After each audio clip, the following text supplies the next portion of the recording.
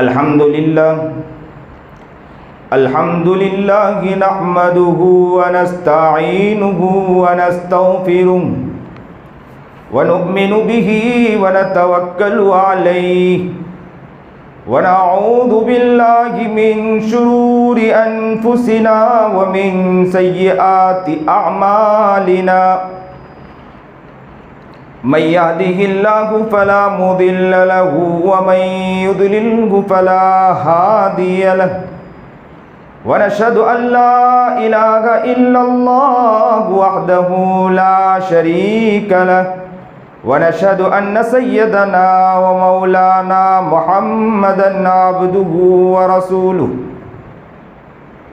अम्मा बादु फ़अऊज़ु बिल्लाहि मिनश शैतानिर रजीम बिस्मिल्लाहिर रहमानिर रहीम या अय्युहल्लज़ीना आमनू तूबू इलल्लाहि तौबतन नसूहा सदक़ल्लाहुल अज़ीम व सदक़ रसूलुहुन नबियुल करीम व नहनु अला ज़ालिका मिनश शाहिदीन वश्शाकिरीन वल्हम्दुलिल्लाहि रब्बिल आलमीन।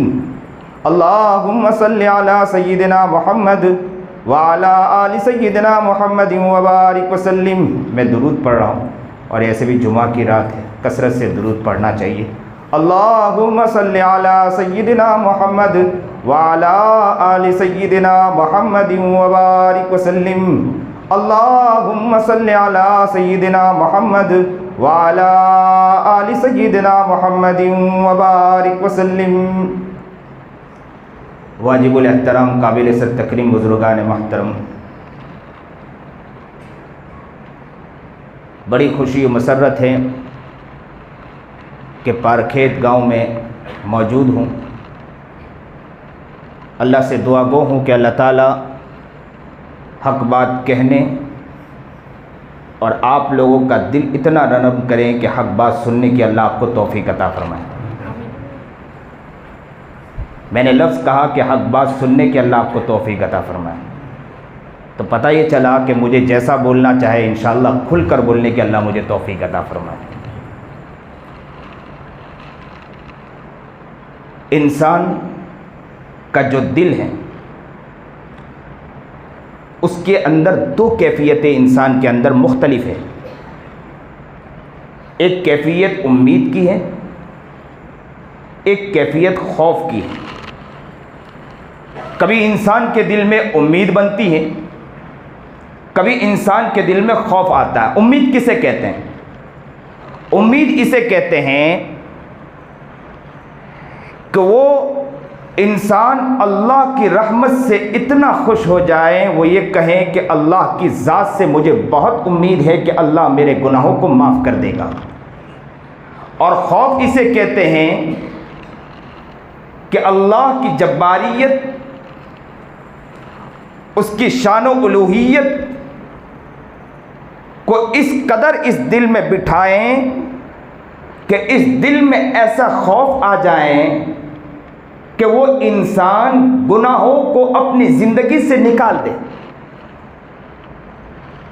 सरासर, बल्कि पूरी ज़िंदगी को, ज़िंदगी के एक एक रगो पे के अंदर इस तरह अल्लाह के खौफ को बिठा लें कि गुनाह का ख्याल भी दिल तक ना आए।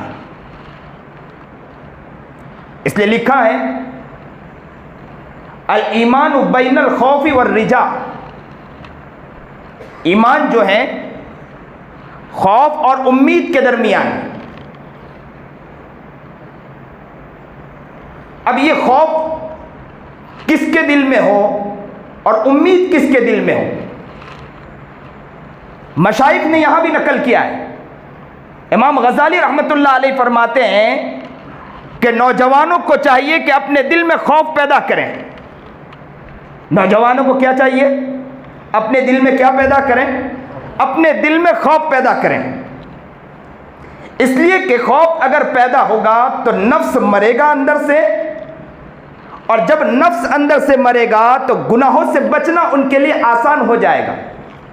और बुढ़ों को चाहिए कि उम्मीदें बांधे, अल्लाह की रहमत से मायूस न हो। बहुत से बूढ़े वो होते हैं कि जो मेरे पास आकर कहते हैं कि मौलाना अब क्या करूं, जिंदगी बहुत गुनाहों में गुजर गई, अब जिंदगी ऐसी हो गई कि मौलाना अब डर लगता है कि अल्लाह के पास कैसे जाएं। तो मैं कहा करता हूं कि अल्लाह की रहमत से मायूस भी ना हुआ करो।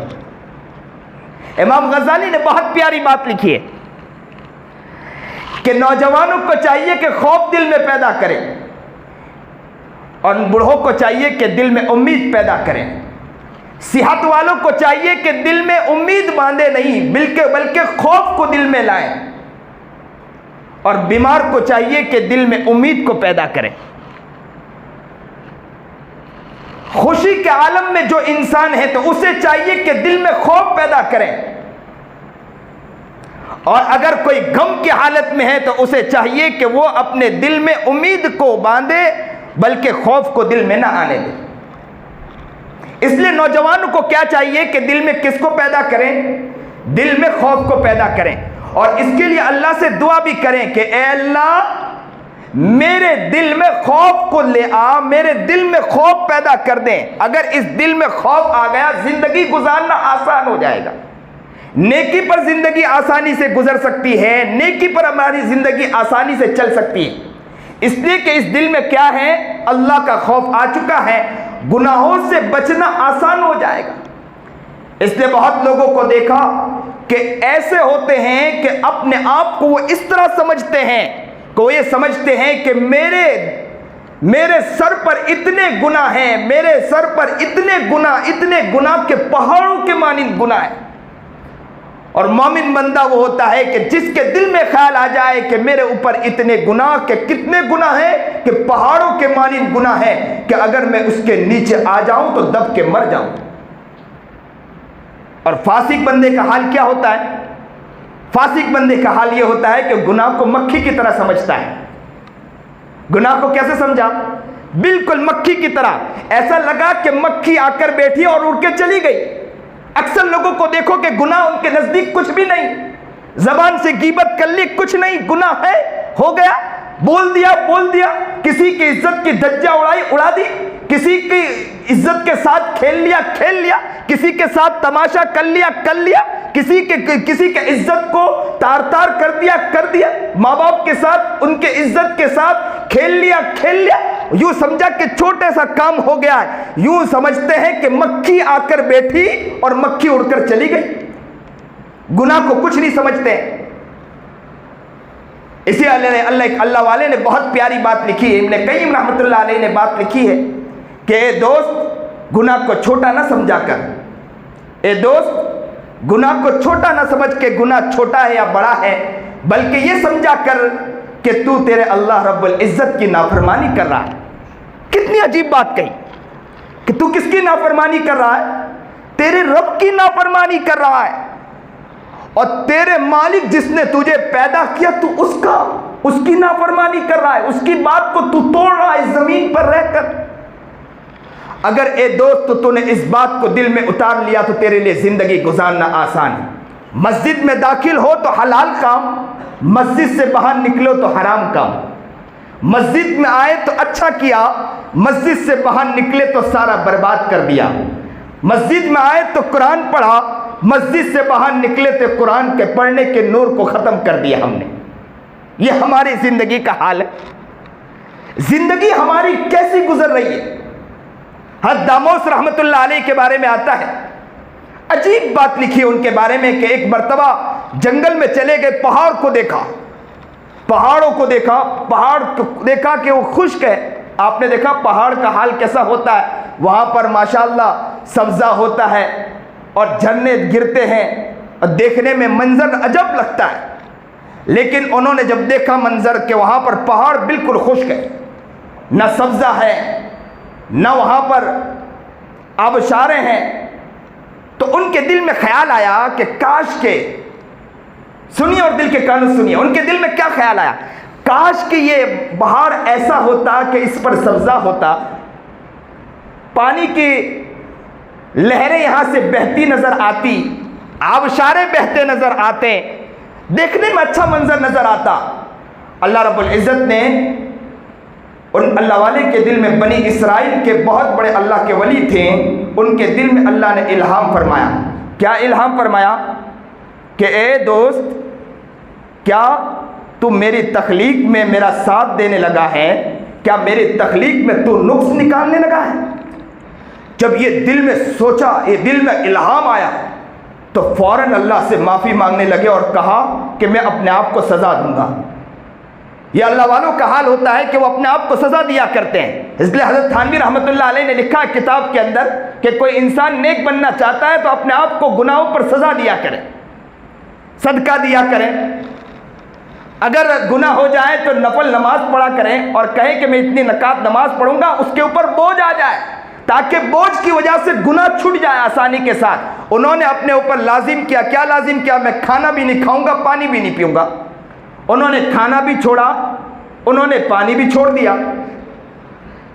4-5 दिन के बाद एक इलाके की तरफ चले गए, एक इलाके की तरफ गए। उस इलाके के अंदर कोई तकरीब थी, वहां लोगों ने दावत की थी, वो इलाके वालों ने दावत की थी, मोहल्ले वालों ने दावत की थी। खाना लाकर सामने रखा गया, दस्तरखान बिछ गया। दानियाल दामोस रहमतुल्लाह अलैह को आकर कहा क्या आप भी खाइए? तो कहा कि नहीं। कहा कि आप खाइए? कहा कि नहीं। कहा कि आप खाइए? कहा कि नहीं। बहुत जिद किया कि आप खाइए, तो कहा कि नहीं। तो कहा कि क्या वजूहात है कि आप खाते नहीं हो? तो कहा कि मामला कुछ और है, मैंने अल्लाह को नाराज कर लिया, मैंने मेरे रब को नाराज किया है, उस रब की नाराजगी की बिना पर मैं खाऊंगा नहीं, मैंने अल्लाह से कह दिया कि मैं खाऊंगा नहीं। तो कहा कि गुनाह तुमसे क्या हुआ? तो उन्होंने गुनाह बतलाया। उन मोहल्ले वालों ने कहा, इलाके वालों ने कहा, इतना छोटा गुनाह और आपने अपने ऊपर इतनी बड़ी सजा मुकय्यद कर दी है, आप चाहें तो खाना खा लें, जो आपके ऊपर अजाब होगा हम अजाब को अपने ऊपर ले लेंगे, आप खाना खा लें। ये कहना था, अल्लाह ने फौरन इल्हाम किया हज़रत दामोस को कि तुम इलाका छोड़ के निकल जाओ। दामोस इलाका छोड़कर निकल गए। लिखा है किताबों के अंदर, अल्लाह ने उसी वक्त उस इलाके पर अजाब डाला कि उस पूरे इलाकों को वहीं पर जमीन में जमीन दोस्त कर दिया। अल्लाह अकबर कबीरा। गुनाह को छोटा ना समझे, गुनाह गुनाह हुआ करता। किसको नाराज किया? अपने रब को नाराज किया। आपने किसकी नाफरमानी की? अपने रब की नाफरमानी की है। इसलिए हमें चाहिए कि अल्लाह का खौफ इस दिल में पैदा करें कि खौफ दिल में आ गया, चलते फिरते खौफ दिल में आ गया। कोई गुनाह हो तो खौफ दिल में आ गया कि मेरा रब मुझे देखेगा। कोई काम कर रहे हैं तो ये दिल में ख्याल आए कि मेरा रब मुझे देख रहा है। कोई काम हो तो ये दिल में ख्याल आए कि मेरा रब मुझे देख रहा है। दिल में खौफ आ जाए तो बंदे को जिंदगी गुजारना बहुत आसान हुआ करता है। हम लोग ये समझते हैं कि कोई देखने वाला नहीं, लेकिन दिल में कभी ये ख्याल नहीं आता कि मेरा रब मुझे देख रहा है। अक्सर जगह लिखा होता है कि कैमरे की नज़र में आप हो, लेकिन कभी ये ख्याल में नहीं आता है कि अल्लाह की नज़र में आप भी हो। सोता है तो अल्लाह की नज़र में, चलता है तो अल्लाह की नज़र में, फिरता है तो अल्लाह की नज़र में, अकेला गुनाह कर रहा है तो अल्लाह की नज़र में कि अल्लाह हर चीज़ देख रहा है। इसीलिए एक अल्लाह वाले के पास एक शख्स आया और कहा कि बाजार में रहता हूँ हजरत, और बाजार में रहता हूँ तो मुझसे आंखों से गुनाह हो जाता है, ज़बान से गुनाह हो जाता है। हजरत कुछ बचने की तरकीब बतला दो। हजरत ने कहा बचने की तरकीब बतलाऊं? तो कहा कि हजरत बचने की तरकीब बतला दो ताकि मेरे लिए ज़िंदगी गुजारना आसान हो जाएगा।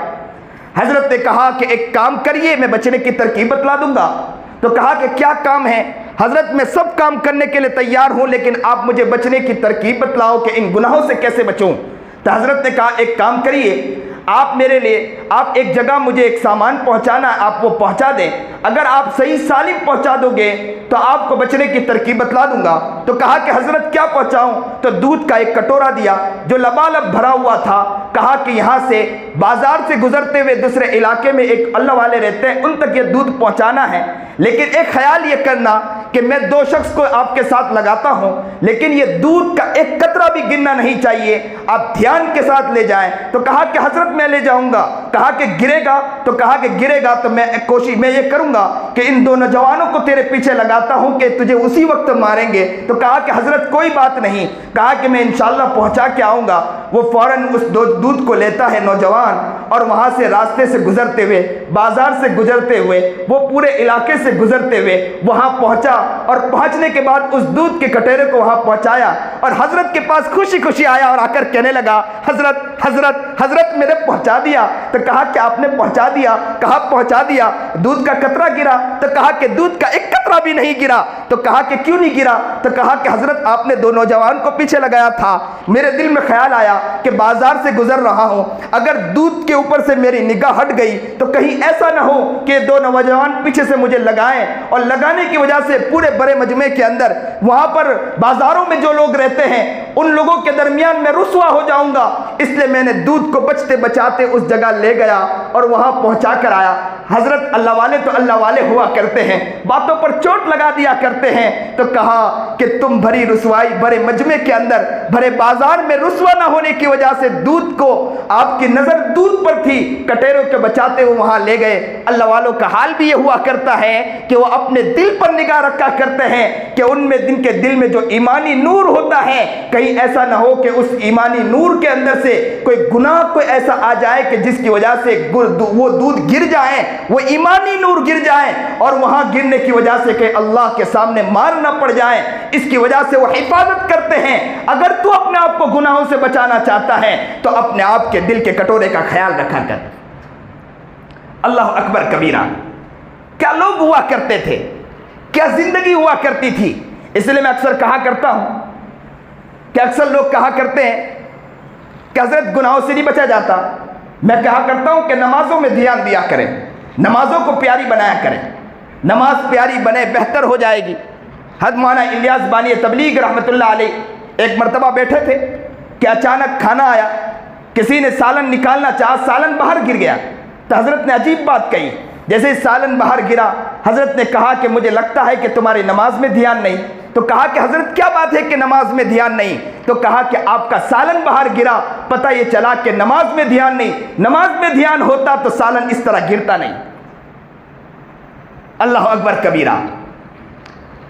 हमें चाहिए कि अल्लाह का खौफ इस दिल में पैदा करें। अल्लाह का खौफ आ गया, जिंदगी गुजारना आसान। जिंदगी का एक एक हिस्सा, हमारी जिंदगी का एक एक रगो पे में हमारी जिंदगी में ये बात बैठ जाए कि अल्लाह का खौफ दिल में आ जाए, जिंदगी का गुजारना बहुत आसान हो जाता है। इंसान चलता है गुनाह को दिल में और गुनाह की वजह से वो दिल में ख्याल करे कि मेरा अल्लाह मुझे देख रहा है और अल्लाह का खौफ इस दिल में बिठाएं। औरतें बैठी, औरतें घर में सुन रही होगी, माइक घरों में भी लगे हैं। मैं औरतों से भी कहता हूं कि चलते फिरते या घर में कोई भी काम करते हैं एक एक चीज में ख्याल रखें, इस बात का ख्याल रखें कि मैं मेरे अल्लाह को नाराज तो नहीं कर रही हूं, मैं मेरे अल्लाह को नाराज तो नहीं कर रही हूं। कब मेरा बुलावा आ जाए, कब मेरी आंख बंद हो जाए, कब मेरी जबान रुक जाए, कब ये कान की सुनवाई बंद हो जाए, कब ये हाथ और पैर का चलना बंद हो जाए, कब तमाशे करने वाले तमाशा करें, कब रोने वाले रोए, बच्चे आकर रोए कि अब्बा घर से चले गए, बच्चे आकर कहे कि अम्मी घर से चले गए और बहन आकर कहे कि बाप घर से चला गया, भाई घर से चला गया। रोने वाले रोते रहेंगे, तड़पने वाले तड़पते रहेंगे, मचलने वाले मचलते रहेंगे। कहने वाला कहेगा कि मैं घर में दाखिल हुआ, आज तक तो यह हाल था कि घर में जब भी दाखिल होता था मुझे मेरी माँ नजर आया करती थी, आज हाल ये है कि मैं घर में दरवाजा खटखटाता हूँ, दरवाजा खुलता है तो मुझे मेरी माँ नजर नहीं आती है। कहने वाला कहे कि वो वक्त भी था कि मैं घर में थी तो मुझे ख्याल था कि मेरे घर में आएगा तो मेरा शौहर आएगा, लेकिन पता चला कि शौहर कब्र में जाके सो गया। आज दरवाजा खटखटाया जा रहा है, मैं दरवाजा खोलती हूँ तो मेरे घर में मुझे, जैसे ही दरवाजा खोलती हूँ तो मुझे मेरा शौहर नजर नहीं आता।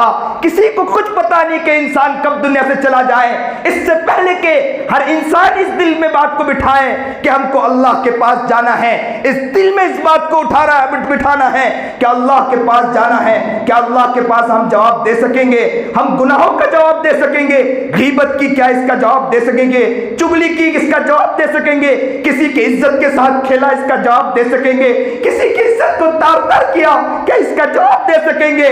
किसी की इज्जत की मलियामेट किया क्या इसका जवाब देखेंगे? दोस्त को दोस्त न बनने दिया, दुश्मन बना के छोड़ा, क्या इसका जवाब दे सकते हैं? माँ बाप की इज्जत की धज्जियां उड़ाई है, क्या इसका जवाब दे सकते हैं? उलमा की नाकदरी की है, क्या इसका जवाब दे सकते हैं? उलमा की इज्जत के साथ खेला है, क्या इसका जवाब दे सकते हैं? मोबाइलों के साथ हम व्हाट्सएप के जरिए नंगे नाच रचे हैं, क्या इसका जवाब दे सकते हैं? अल्लाह के सामने सारा हिसाब खुलेगा, सारी चीज खुल के सामने आ जाएगी।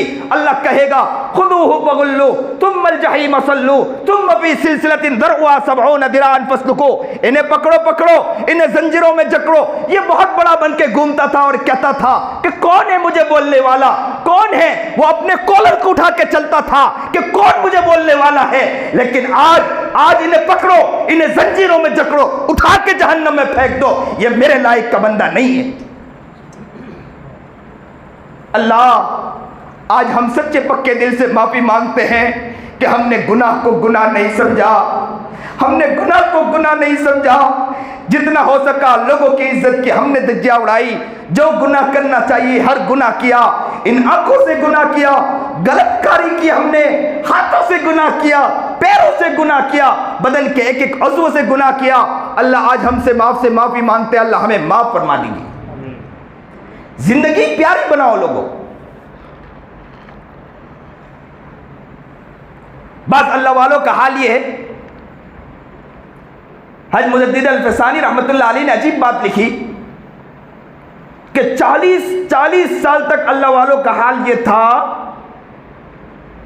कि जो मौत के जो गुनाह लिखने वाले फरिश्ते हुआ करते, गुनाह लिखने वाले फरिश्ते 40 साल का अय्याम ऐसे गुजर जाया करते थे कि उनके गुनाह ही नहीं लिख पाते थे।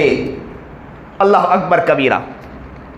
40 साल का आलम, ऐसा गुनाह ऐसा गुजरा उन अल्लाह वालों का ऐसा गुजरा कि जो गुनाह लिखने वाले फरिश्ते, उनको गुनाह लिखने का मौका ही नहीं मिल पाया।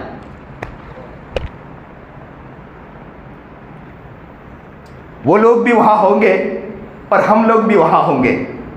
हम अपना कट्टा चिट्टा खोल कर देखें, उन अल्लाह वालों का कट्टा चिट्टा खुलेगा, तो जरा बतलाइए कि क्या अल्लाह को हम जवाब दे सकते हैं?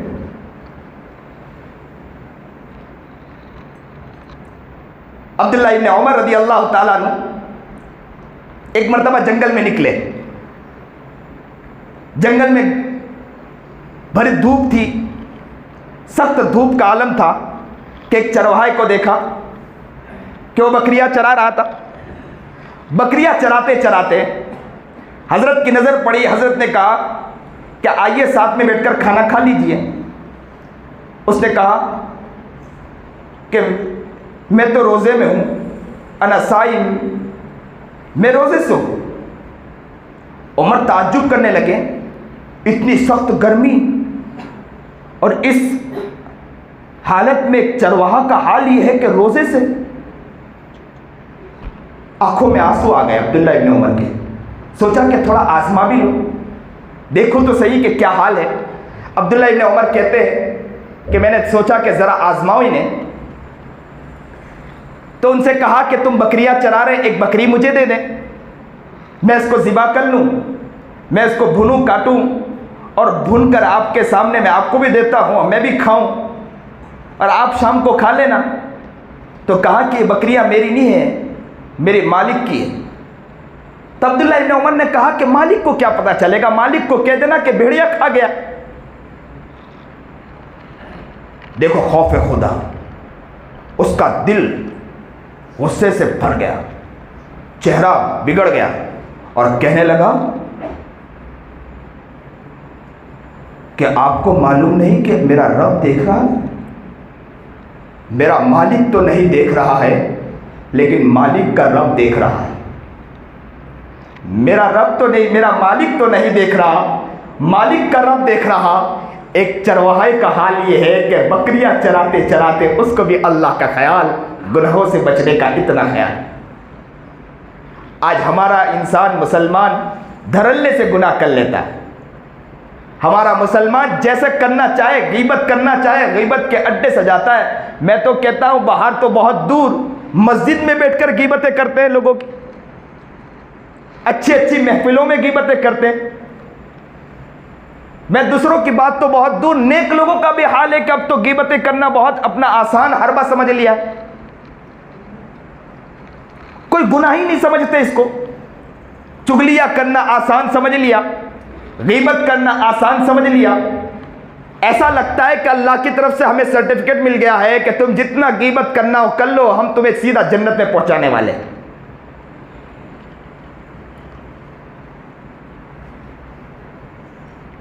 उमर इब्न खत्ताब रजी अल्लाह ताला अन्हु घर से निकले कि जरा देखे, रात का मंजर था, रात का आलम था।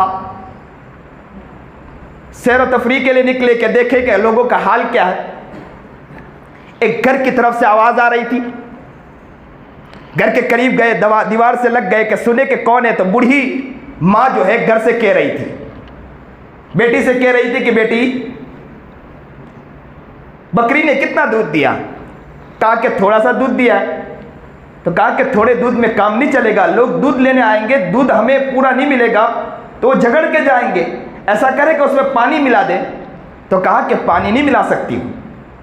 तो बेटी ने अजीब बात कही। वो माँ ने कहा, बूढ़ी ने माँ ने कहा कि उमर थोड़ी देख रहे हैं, उमर थोड़ी देख रहे हैं। तो बेटी ने अजीब बात कही कि उमर नहीं देख रहा, उमर का रब तो देख रहा है।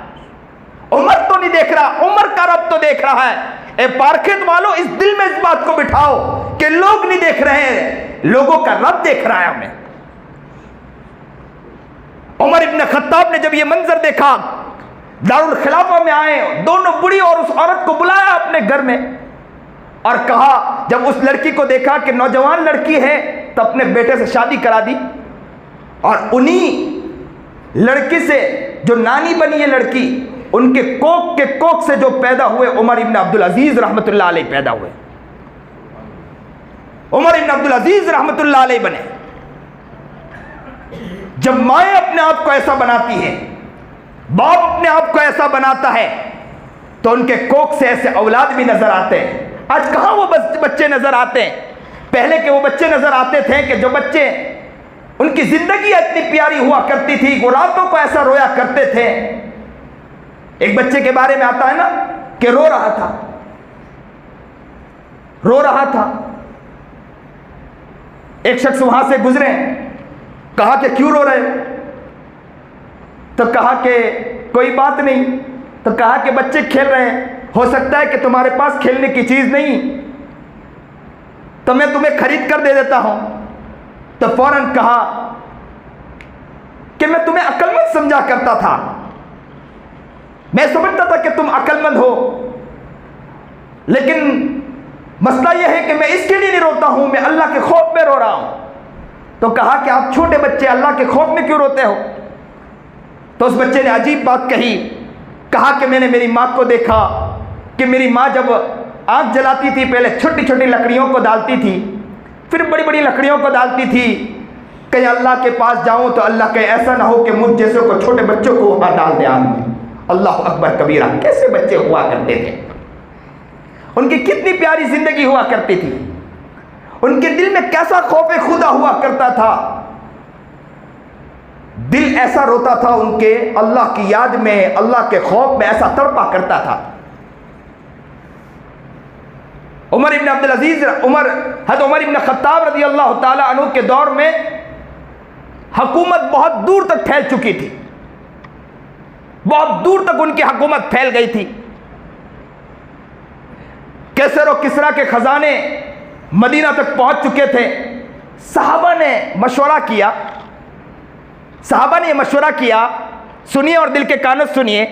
सहाबा ने मशवरा किया कि भाई हुकूमत इतनी दूर तक पहुंच चुकी, लेकिन उमर का हाल यह है कि उमर अभी भी खुश्क रोटी खाते हैं, ऐसी रोटी खाते हैं कि जो खाई में न जाए, और नरम बिस्तर का इस्तेमाल भी नहीं करते। उमर इब्न खत्ताब रज़ी अल्लाह ताला अन्हु के पास भेजा। साहबा इकराम रिज़वानुल्लाह ताला ने जब मशवरा किया कि उमर के पास भेजे, तो चंद सहाबा थे, जुबैर इब्न अवाम रज़ी अल्लाह ताला अन्हु, तलहा इब्न उबैदा रज़ी अल्लाह ताला अन्हु, साद इब्न अबी वक्कास रज़ी अल्लाह ताला अन्हु, अब्दुर्रहमान इब्न औफ रदी अल्लाह ताला अन्हु, अली इब्न अबी तालिब रदी अल्लाह ताला अन्हु, अबू उबैदा इब्न जर्राह रदी अल्लाह ताला अन्हु, ये 6 सहाबा जो अशरा मुबशरा के अंदर है, इन्होंने कहा कि हज़रत अली, हज़रत उमर इब्न खत्ताब रदी अल्लाह ताला अन्हु को चाहिए कि अपने पास गुलाम भी रखे, कि वफूद भी आते हैं तो अच्छे अच्छे कपड़े भी पहने और नरम बिस्तर का इस्तेमाल भी करें और रोटी नरम इस्तेमाल करें, अच्छी रोटी इस्तेमाल करें। जब ये दिल में ख्याल आया तो अली ने कहा, मुझे नहीं लगता है कि उमर ये बात मानेगा। उमर नहीं मानेगा। अली ने कहा कि उमर नहीं मानेगा, तो कहा कि हम मनवाएंगे। अम्मा आयशा रदी अल्लाह ताला अन्हा और हफ्सा रदी अल्लाह ताला अन्हा दोनों को तैयार किया कि हम दोनों को भेजेंगे, कि दोनों उम्महातुल मोमिनीन भी हैं और एक तो हफ्सा तो बेटी भी है उमर इब्न खत्ताब की, बात ज़रूर मानेंगे। अब ये दोनों गए, किन के पास गए? उमर इब्न खत्ताब के पास। और मुतकल्लिम कौन बनी? आयशा बनी। आयशा रदी अल्लाह ताला अन्हा ने आकर कहा, उमर इब्न खत्ताब रदी अल्लाह ताला अन्हु से कहा कि उमर, आपको मालूम है कि नबी करीम जनाब सरकार दो आलम सल्लल्लाहु अलैहि वसल्लम के दौर में दुनिया ऐसी थी कि दुनिया आगे बढ़ी भी नहीं थी, कोई फुतुहात भी मैसर नहीं हुए थे। इन्होंने ज़िंदगी में मुशक्क़त को गुजार लिया। अबू बकर के दौर में भी कोई फुतुहात नहीं थी, दुनिया इतनी तरक्की नहीं हुई थी, उन्होंने भी मुशक्क़त को बर्दाश्त कर लिया। लेकिन आपके दौर में फुतुहात ही फुतुहात हो चुकी है, सारी चीज़ मुसक्कर हो चुकी है आपके पास। आपको चाहिए कि आप नरम बिस्तर इस्तेमाल करें, वही बात जो बातें सहाबा ने सोची थी। कहा कि नरम बिस्तर इस्तेमाल करें, रोटी नरम इस्तेमाल करें और आप अपने अच्छे अच्छे कपड़े को मुज़य्यन कपड़ा पहने, अच्छा कपड़ा पहने ताकि वफूद आते हैं। ये बातें जब कहने लगी, उमर इब्न खत्ताब रदी अल्लाह ताला अन्हु का चेहरा सुर्ख हो चुका। हफ्सा कहती कि मैं चेहरा देख रही थी बाप का, मैंने कहा कि गया, अब हाल बिगड़ने वाला है। उमर का हाल, उमर का चेहरा सुर्ख हो गया और क्या कहा कि तुम्हें किसने भेजा है? आयशा ने कहा कि पहले बतलाओ, हाँ या ना कहो कि आप ये काम करोगे या नहीं करोगे, उसके बाद बतलाएंगे। तो कहा कि अगर आप मुझे बतलाएंगे, मुझे पता चला कि किसने ये बोला है, मैं उसको ऐसा मारूंगा कि उसका चेहरा लहू लुहान कर दूंगा, मैं उसका चेहरा लहू लुहान कर दूंगा। फिर कहने लगे कि हफ्सा तो मेरे घर की है, सुनिए और दिल के कानों सुनिए। उमर ने कहा, हफ्सा तो मेरे घर की है। हफ्सा तो मुझे एक बात बतला, मुझे एक बात बतला कि मेरा नबी, जिसको एक वक्त भी सही माने में खाना मैसर नहीं होता था, एक टाइम भी खाना सही वक्त में मैसर नहीं होता था, क्या मैसर होता था या नहीं मैसर होता था? हफ्सा ने कहा नहीं मैसर होता था। सुबह जो खाना मिला रात तक वो खाना नहीं, शाम को जो सुबह रात को खाना खाया सुबह में कुछ नहीं, यह हालत थी। तो कहा कि अल्लाहुम्मा नाम, बात सही आपकी। फिर कहा कि जरा ये बतला कि अल्लाह के रसूल के पास एक मर्तबा तू मेज पर, छोटे मेज पर खाना ले गई और खाना रखा, तो नबी करीम जनाब सरकार दो आलम सल्लल्लाहु अलैहि वसल्लम ने उस खाने को नीचे रख दिया और कहा कि मैं गुलाम बनकर खाना चाहता हूं। तो कहा कि अल्लाहुम्मा नाम, क्या तुझे पता है कि एक मर्तबा हाल ये था नबी करीम जनाब सरकार दो आलम सल्लल्लाहु अलैहि वसल्लम का कि बदन पर कपड़ा भी नहीं था, जो कपड़ा था एक मर्तबा धोया वो खुश्क भी नहीं हुआ था, गीला कपड़ा था। अल्लाह के रसूल ने वो कपड़ा पहना और कपड़े पहनकर बैठे थे कि कपड़ा खुश्क हो जाए कि अचानक बिलाल आए और बिलाल आकर कहा अस्सला अस्सला अस्सला, नमाज का वक्त हो गया। तो नबी ने ये नहीं कहा था कि बिलाल बिलाल अभी रुक जाओ, मेरा कपड़ा खुश्क नहीं हुआ, कपड़ा खुश्क हो जाएगा तो मैं आता हूँ। उस वक्त नमाज भी मुअक्खर हुई थी, तुझे पता है कि नहीं पता? तो हफ्सा ने कहा अल्लाहुम्मा नाम, पता। तो कहा कि तुझे ये पता है हफ्सा, क्या कहा, तुझे ये पता है कि एक मर्तबा ये था कि अल्लाह के रसूल के बदन पे कपड़ा भी नहीं था, कि बाजू में से एक औरत के, पड़ोस में से एक औरत के यहाँ से चादर मंगवाया और मेरे महबूब ने उस चादर को पहना और उस चादर को पहनने के बाद जाकर नमाज पढ़ाई, पता है तुझे? तो कहा अल्लाहुम्मा नाम, मुझे मालूम। तो कहा कि तुझे मालूम है कि एक मर्तबा ऐसा हुआ कि नबी के पास, और पूछा हफ्सा से कि तू बतला कि नबी का बिस्तर क्या था। हफ्सा ने कहा नबी का बिस्तर तो यह था कि एक टाट था, उस टाट के ऊपर नबी सोया करते थे, उसको 2 तह कर दिया करती थी, उस पर सोया करते थे। कहा कि तुझे पता है कि एक मर्तबा तूने 4 तह कर दिया था, और सुबह में नबी ने पूछा था कि मेरे बिस्तर को किसने बदला? तो हफ्सा तूने कहा था कि मैंने बिस्तर नहीं बदला अल्लाह के रसूल, बस मसला ये है कि मैंने 4 तह कर दिया। तो नबी ने कहा था कि रात को मुझे उठने में भी दिक्कत महसूस हुई, हफ्सा इसको 4 तह न कर, उसको उसी तरह कर दे जिस तरह पहले था। तुझे पता? तो कहा अल्लाहुम्मा नाम। कहा कि मालूम है कि एक वक्त भी सही माने में सालन मैसर नहीं होता था मेरे नबी को। तो कहा कि मुझे मालूम है कि मैसर नहीं होता था। उमर ने कहा कि जाओ, जिसने बोला था उनको जाकर यह कह दो कि 3 दोस्त थे, मुसाफिर थे, सफ़र में चल रहे थे। एक दोस्त वो आगे निकल गया और वो मंजिल पार कर गया, वो मोहम्मद थे। दूसरा दोस्त सफ़र करके आगे निकल गया और वो मंजिल तय कर गया, वो अबू बकर थे। तीसरा दोस्त अभी रास्ते में है, अगर वो दोनों दोस्त के मुताबिक चला तो मंजिल पर पहुंच जाएगा, अगर दोनों दोस्त के मुताबिक न चल पाया तो मंजिल तक नहीं पहुंच पाएगा, भटक जाएगा। वल्लदी नफ्सी बियदिही, उस रब के कब्जे में मेरी जान है, मैं कसम खाता हूं जब तक मैं जिंदगी गुजारूंगा इसी हाल में रहूंगा, यहां तक कि मेरी मौत आ जाए, मैं अपने रब से मुलाकात कर लूं। ये उमर इब्न खत्ताब रज़ी अल्लाह ताला, क्या खौफ था इनके दिल में। जब खंजर मारा गया था ना, उमर इब्न खत्ताब रज़ी अल्लाह ताला को खंजर मारा गया था, उन्हें जब ये ख्याल हो गया कि अब मैं दुनिया से जाने वाला हूं, तो उमर ने क्या कहा था मालूम?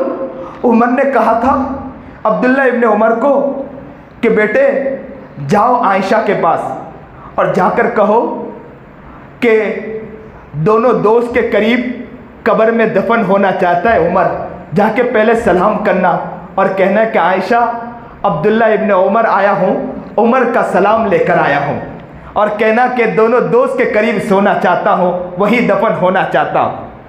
अब्दुल्ला इब्न उमर पहुँचे और ये भी कहा था उमर ने कि वहाँ जाना तो यूँ नहीं कहना कि अमीरुल मोमिनीन ने कहा, बल्कि कहना उमर ने पैगाम दिया है, और अगर कहे आयशा कहे तो अच्छी बात है, न कहे तो मुझे ऐसे ही कब्र में किसी जगह सुला देना और मुझे वहीं दफन कर देना। अब्दुल्ला इब्न उमर पहुँचे तो वहाँ जैसे ही घर पर पहुँचे दरवाज़ा खटखटाया। आयशा ने कहा मन दक्कल बाप, तो कहा कि मैं अब्दुल्ला इब्न उमर हूँ। देखा अब्दुल्ला इब्न उमर कहते हैं कि आयशा ज़ारो कतार रो रही थी उमर की इस हालत को देखकर, ज़ारो कतार रो रही थी। पूछा क्या बात है? तो कहा कि मसला ये है कि उमर ने कहा है कि मैं इस जगह सोना चाहता हूँ, दोनों दोस्त के करीब मैं यहाँ पर दफन होना चाहता हूँ। तो आयशा रोने लगी, कहा कि मेरे दिल में ख्याल था कि मैं यहाँ सोऊंगी, मेरी कब्र यहाँ बनेगी, मेरे बाप के पास और मेरे नबी के पास मेरी कब्र होगी, लेकिन मुझे नहीं मालूम था कि उमर यहाँ आके सोना चाहता है। अगर उमर आता है तो उसका खैर मकदम है, उमर आता है खैर मकदम है। उमर से जाकर कहा अब्दुल्ला इब्न उमर ने कि आयशा ने कबूल कर लिया। तो अब्दुल्ला इब्न उमर को उमर ने कहा कि हो सकता है कि मैं जिंदा हूँ इसलिए उसने हाँ कहा हो, जब मेरी मौत हो जाए, मैं इंतकाल कर जाऊँ, दुनिया से चला जाऊँ, तो मेरे जब लाश को ले जाना तो कंधे पर जब ले जाए वहाँ जाके पहले रख देना, अंदर मत ले जाना, और कहना कि आयशा उमर आ चुका है, अगर आपकी इजाज़त हो तो उमर को दफन कर दे, अगर आयशा इजाज़त ना दे तो वहाँ दफन ना करना, आवाम की कब्र में जाके दफन कर देना। कहते हैं कि अली घर में दाखिल हुए, उमर यूँ तड़प रहे थे, सरो कतार रो रहे थे, बहुत रोए। तो अली ने कहा कि अतखाफू मिनल मौत, क्या तुम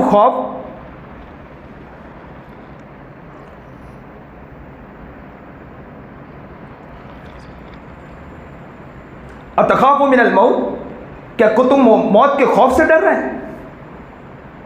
उमर ने कहा नहीं, मौत के खौफ से नहीं, वल्लदी बादल मौत, मौत के बाद की जो हालत है मैं उससे रो रहा हूं, तड़प रहा हूं कि वहां क्या होगा। तो अली रज़ी अल्लाह ताला अन्हु ने कहा जी तो अना व अबू बकर व उमर, दखल तो अना व अबू बकर व उमर।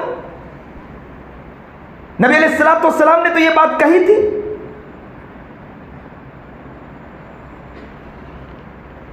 सैयदा कहूला अहलिल जन्नती अबू बकर व उमर, नबी अलैहिस्सलातु वस्सलाम ने बशारत दे रखी।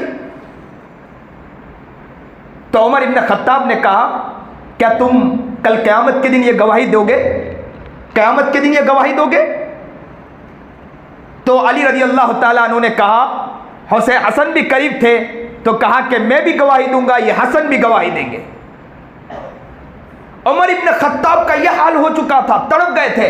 अब्दुल्ला इब्न उमर के गोद में सर रखा हुआ था उमर इब्न खत्ताब रज़ी अल्लाह ताला अन्हु का। तो कहा कि अब्दुल्ला अपना अपना पैर हटा दे, मेरे सर को नीचे रख दे। तो कहा अब्दुल्ला इब्न उमर ने अपना बाप का सर तो नहीं हटाया, थोड़ा सा दूर किया। तो कहा कि हलाकत दी, वो हटा दे, मेरे सर को नीचे रख दे।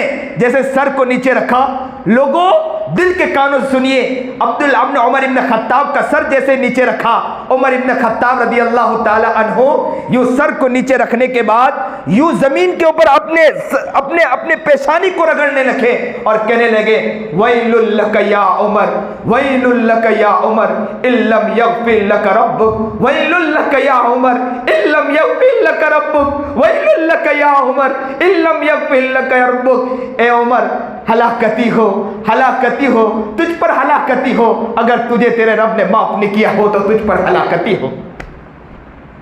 रोते रहे, तड़पते रहे, रगड़ते रहे जमीन पर। उमर का यह हाल था, तड़प गए, मचल गए। कहने वाले कहते हैं कि अब्दुल्ला इब्न उमर रज़ी अल्लाह ताला अन्हु और सारे सहाबा उमर इब्न खत्ताब जब दुनिया से चल बसे, उठाकर ले गए। सुहैब ने जनाजे की नमाज पढ़ाई और जैसे ही आयशा के घर गए, आवाज लगाया। जैसे ही सुना आयशा ने कि उमर आया है, तो कहा कि तशरीफ लाइए,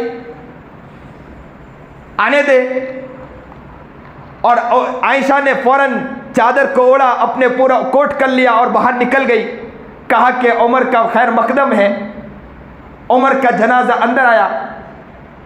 अब्दुल्ला इब्न अब्बास कहते हैं कि मुझे पीछे से किसी ने हाथ मारा।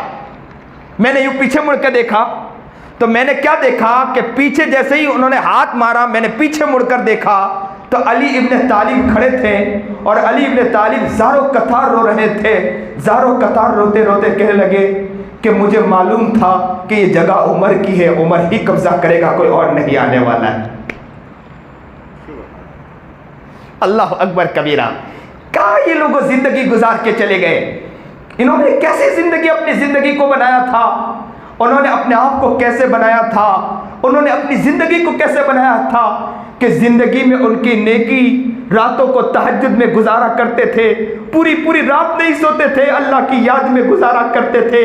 लेकिन आखिरी आलम में ये आलम है कि रोया इतना करते थे कि रोते रोते हाल उनका बिगड़ जाया करता था। आयशा रज़ी अल्लाह ताला अन्हा का आखिरी हाल था। अब्दुल्ला इब्न अब्बास घर में दाखिल हुए, जैसे दरवाज़ा खटखटाया, अंदर आए। अंदर देखा कि आयशा ज़ारो कतार रोने रही थी। कहा कि आयशा क्यों रोती हो, तुम तो बेटी हो अबू बकर की और तुम तो अहलिया हो मोहम्मद की, क्यों रो रही हो? तो कहा कि काश के मेरी माँ ने जना ही ना होता, काश के मेरी माँ ने जना ही ना होता। मुझे ख्याल आ रहा है कि कल क़यामत के दिन अल्लाह के पास जाऊंगी तो आयशा क्या जवाब देगी। क्या हाल था। मक्कतुल मुकर्रमा के अंदर, काबतुल्लाह के अंदर देखा कि एक नौजवान अपने सर के ऊपर चादर को तन रखा, काबतुल्लाह के अंदर दाखिल हुआ। काबतुल्लाह के अंदर दाखिल होने के बाद वो काबतुल्लाह की दीवार को पकड़ के ज़ारो कतार रो रहा था और कह रहा था कि अल्लाह मैंने बहुत गुनाह किया। रोते जा रहा था, माफ़ी मांगते जा रहा था, रोते जा रहा था, माफ़ी मांगते जा रहा था। खूब रोया कि अल्लाह मैंने बहुत गुनाह किया, अल्लाह मैंने बहुत गुनाह किया। कहते हैं कि रात की तन्हाई आ चुकी, वो रोने वाला खूब रो रहा था और तड़पते तड़पते अल्लाह से कह रहा था कि अल्लाह मैंने बहुत गुनाह किया, मुझे माफ़ कर दें। कहते हैं कि पूरे हरम शरीफ के अंदर जितने लोग खड़े थे वो सब भी रोने लगे उस शख्स का मंजर देखकर कि वो रो रहा था। और क्या कह रहा था मालूम? वो ये कह रहा था, ए अल्लाह दरख्त के पत्ते कम हैं, मेरे गुनाह उससे भी ज़्यादा है। ए अल्लाह जर्रात कम है, ज़मीन के ऊपर जर्रात कम है, अल्लाह मेरे गुनाह उससे भी ज़्यादा है। अल्लाह हवाओं की जो सारा आसार चलते हैं, हवाओं के जो रुख चलते हैं वो कब चलते होंगे, मेरे गुनाह उससे ज़्यादा हैं। समंदरात में और समंदर के अंदर कतरात कम होंगे, मेरे गुनाह उससे ज़्यादा हैं। ये कहते जा रहा था, रोते जा रहा था, कह रहा था, ए अल्लाह जितने लोग दुनिया में आए और जितने लोग दुनिया में आने वाले हैं वो लोग कम होंगे, अल्लाह मेरे गुनाह उससे ज़्यादा है। उसके चेहरे पर चादर थी और ज़ारों कतार रो रहा था, अल्लाह के सामने गिड़गिड़ा रहा था। इतना रोया, इतना रोया, इतना रोया कि हरम शरीफ में जितने लोग थे सारे लोग रोने लगे कि क्या हो गया, क्यों रो रहा है। वो रोते जा रहा था, कहते जा रहा था कि अल्लाह गुनाह मेरे ज़्यादा, अल्लाह गुनाह मेरे ज़्यादा, अल्लाह गुनाह मेरे ज़्यादा, अल्लाह गुनाह मेरे ज़्यादा। एक नौजवान अल्लाह वाले वहाँ खड़े थे, वो आलिम दीन खड़े थे, वो करीब गए और जाकर पूछा कि नौजवान तू कौन है कि तू इस तरह माफ़ी मांग रहा। लेकिन वो कुछ नहीं कह रहा था, वो कह रहा था, अल्लाह मैंने बहुत गुनाह किया, इतने गुनाह किसी ने नहीं किया होगा। हर काबतुल्लाह का गिलाफ पकड़कर रोता जा रहा था। उस नौजवान उस शख्स ने फिर पूछा कि ज़रा बतला तो सही, तू है कौन? मैं भी अल्लाह से कहूँगा कि अल्लाह तू इसे माफ़ कर दे। लेकिन वो कुछ कह नहीं रहा था, वो अल्लाह के सामने गिड़गिड़ाता जा रहा था, अल्लाह से मांगते जा रहा था, कहता जा रहा था, अल्लाह गुनाह मेरे ज़्यादा हैं, अल्लाह इंसान कम होंगे लेकिन गुनाह उससे ज़्यादा मेरे हैं, दरख्तों पर पत्ते कम होंगे, गुनाह इससे ज़्यादा मेरे हैं, समंदर में पानी कम होंगे, उसके कतरात कम होंगे, गुनाह मेरे ज़्यादा हैं। कहते जा रहा था, रोते जा रहा था, गिड़गिड़ाते जा रहा था, मांगते जा रहा था। कहने वाले ने फिर पूछा कि जरा बतला तो सही, तू है कौन? मैं भी अल्लाह से माफी मांगू, अल्लाह से कहूं कि अल्लाह माफ कर दे इसे। लेकिन वो कुछ नहीं कह रहा था। कहा कि तुझसे गुनाह क्या हो गया, तो अपने गुनाह तो बतला ताकि मैं अल्लाह से माफी मांगू। लेकिन वो कुछ नहीं कह रहा था, रोते जा रहा था और कहता जा रहा था, अल्लाह मेरे गुनाह ज्यादा।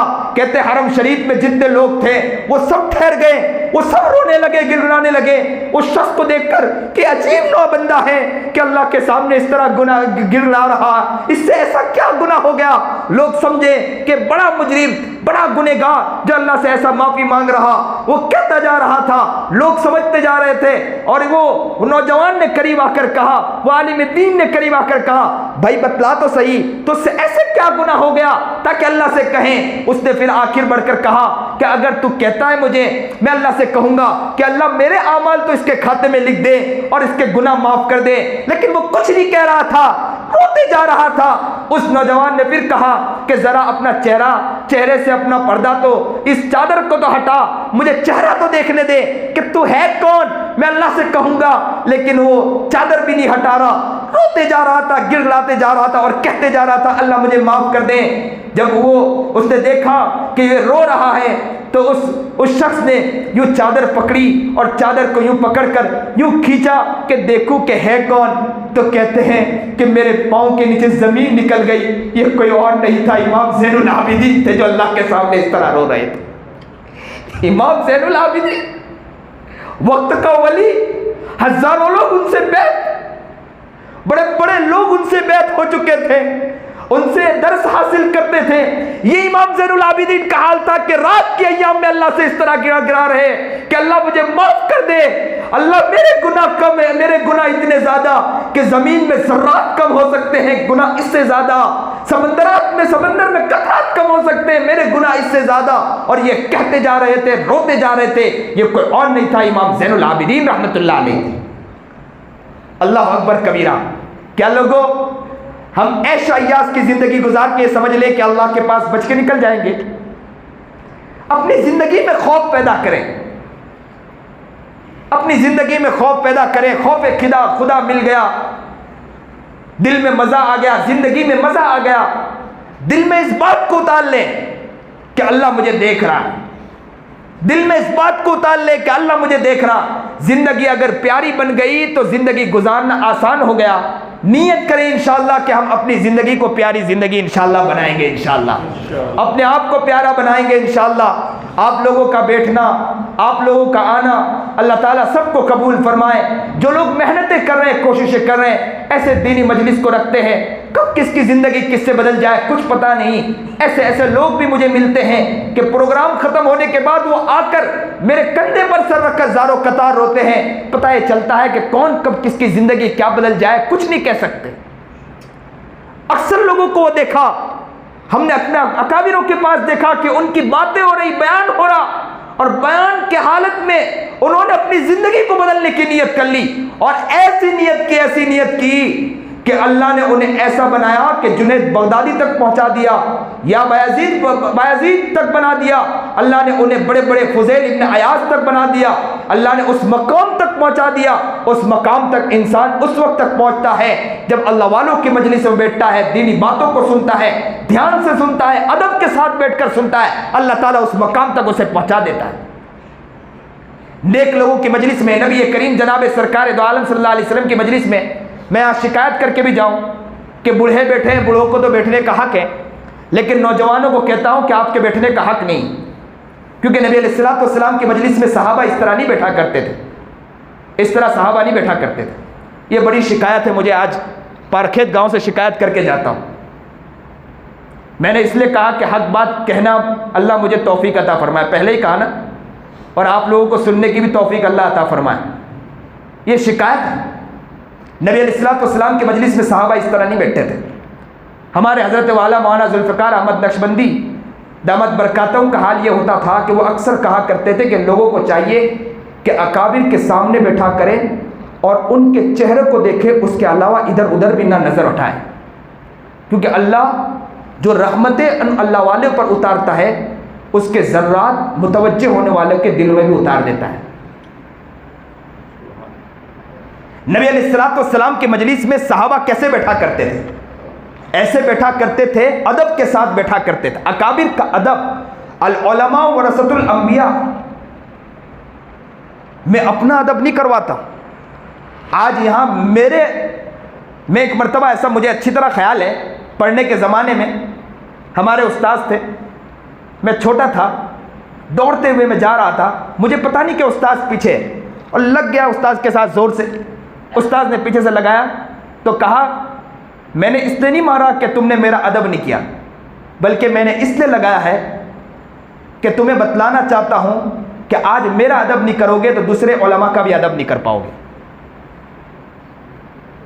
तो ये अदब सीखे। नौजवानों को चाहिए कि वो बहुत अदब के साथ, और जिनके पास ताकत है वो बड़ी मोहब्बत के साथ बैठने की कोशिश करें, वो दुआ करें और अल्लाह से मांगे कि अल्लाह, जो उलमा सुलहा बुजुर्गान दीन आते हैं, बाज़ अकाबिर का हाल तो ये था कि मैं आपको बतलाऊं कि वो लोग अल्लाह वालों की मजलिस में जाने से पहले वो सफ़र करते थे। अब तो सफ़र भी नहीं करते, अब तो सोचते हैं कि उलमा को यहाँ बुला लें।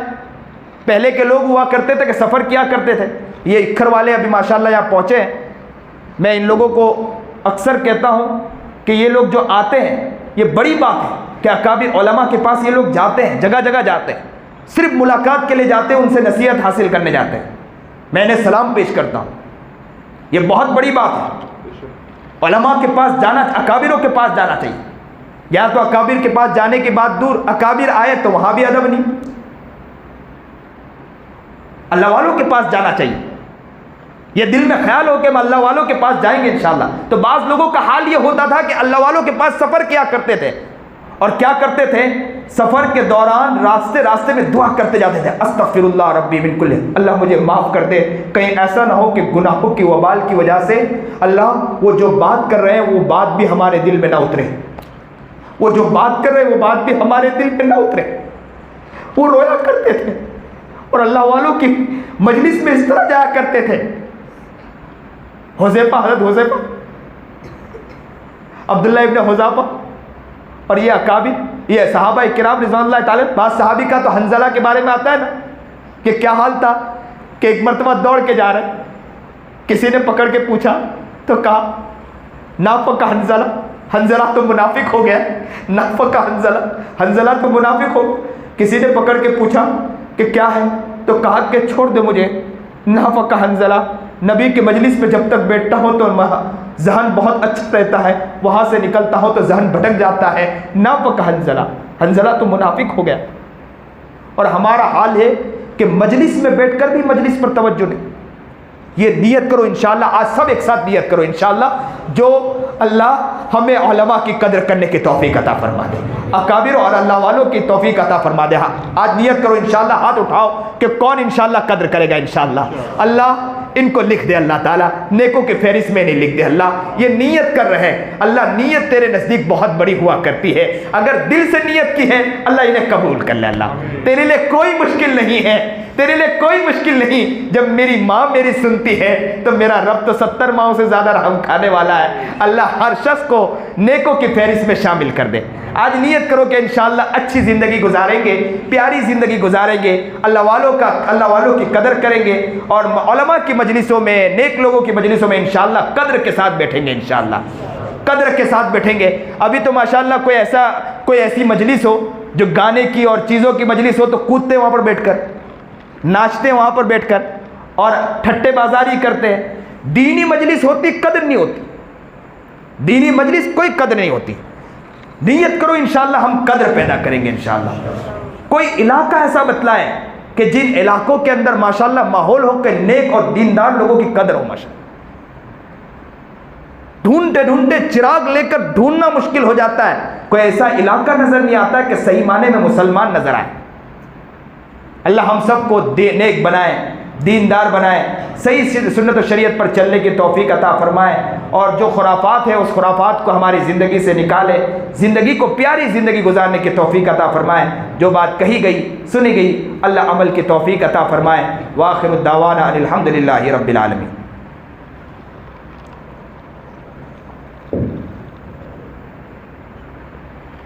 हज़रत से दरख्वास्त है कि बारिश के लिए भी दुआ करें, बारिश की भी सख्त ज़रूरत है। वहाँ बैठने भी दिल लगा कर दुआएं करें। मैं कहा करता हूँ, मैं वहाँ गया था अफ्रीका, वेंडा के अंदर था, तो वेंडा में प्रोग्राम था, तो वहाँ लोगों ने मुझे कहा कि बारिश की सख्त ज़रूरत है। मैंने वहाँ पर भी गुनाहों के ऊपर ही दुआ की थी, बतलाया था लोगों को मजलिस में, और मैंने कहा था कि इंसान अपने गुनाहों को सामने रख कर अल्लाह से कह दे, अल्लाह से माफ़ी मांगे तो अल्लाह ताला बारिश बरसा देता है। अल्लाह के लिए कोई मुश्किल नहीं। वो उमर इब्न ख़त्ताब के वो मूसा अलैहिस्सलाम के दौर में बारिश के लिए दुआएं मांगी जा रही थी, तो अचानक अल्लाह ने क्या कहा?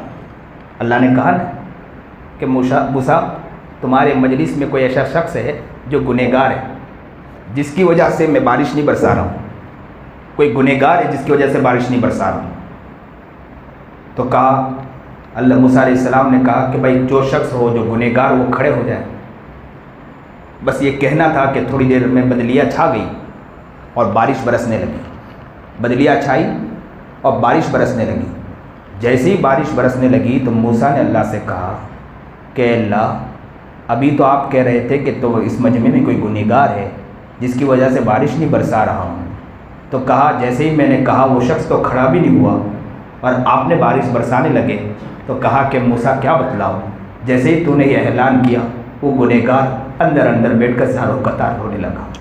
उसका रोना मुझे इतना पसंद आया, इतना पसंद आया, मैंने फ़ौरन बारिश बरसा दी। तो कहा कि उमर ने मूसा ने कहा कि वो कौन है? तो कहा कि जब मैंने पहले भी छुपाया था अब भी मैं उसको छुपाता हूँ।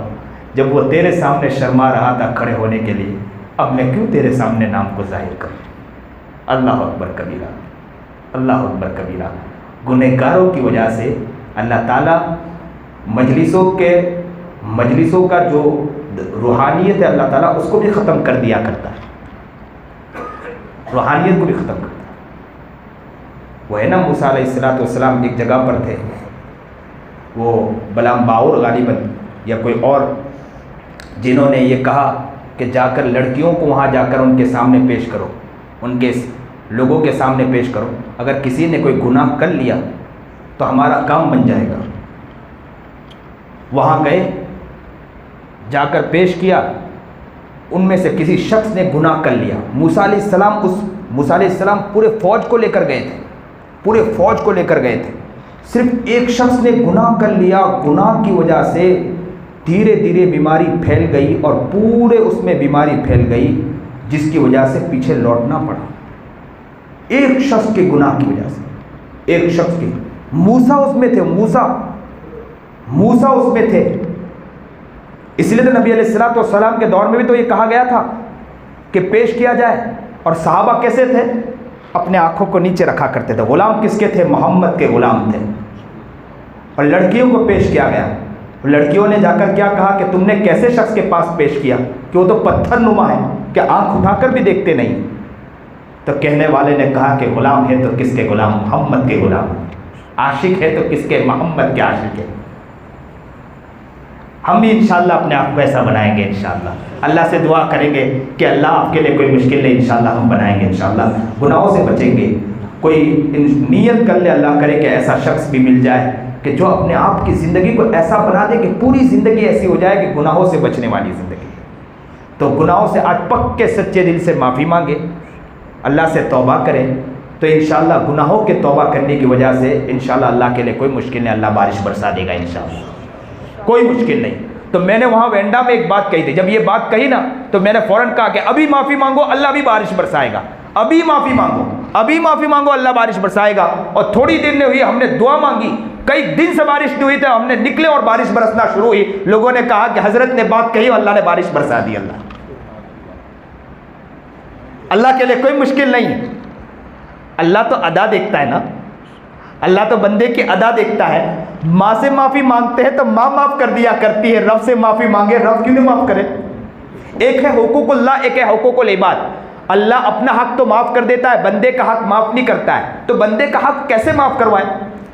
लोग कहते हैं कि हमें मालूम नहीं, आज तो नियत करते नहीं कि इंशाअल्लाह आप किसी को सताएंगे नहीं, इंशाअल्लाह नियत करते हैं कि इंशाअल्लाह कोई गलत काम नहीं करेंगे, इंशाअल्लाह नियत करते हैं कि अच्छे काम करेंगे, इंशाअल्लाह किसी को परेशान नहीं करेंगे, इंशाअल्लाह किसी को तकलीफ नहीं पहुंचाएंगे, इंशाअल्लाह चौराहे पर अड्डे पर बैठकर इंशाअल्लाह किसी की गीबत नहीं करेंगे, इंशाअल्लाह नियत करते हैं। इंशाअल्लाह बच्चे भी नियत करो, बड़े भी नियत करो, इंशाअल्लाह हम बनेंगे इंशाअल्लाह। ये बच्चों में भी बात बच्चे ऐसे होते हैं कि जो अपने आप को ऐसा बनाते हैं कि रातों को वो नबी अलैहिस्सलाम की ज़ियारतें करते हैं। ये लोग, ऐसे लोग हमें मिले हैं, ऐसे बच्चे मिले हैं कि अल्लाह के रसूल की हमने इतनी मरतबा ज़ियारत की, इतनी मरतबा ज़ियारत की।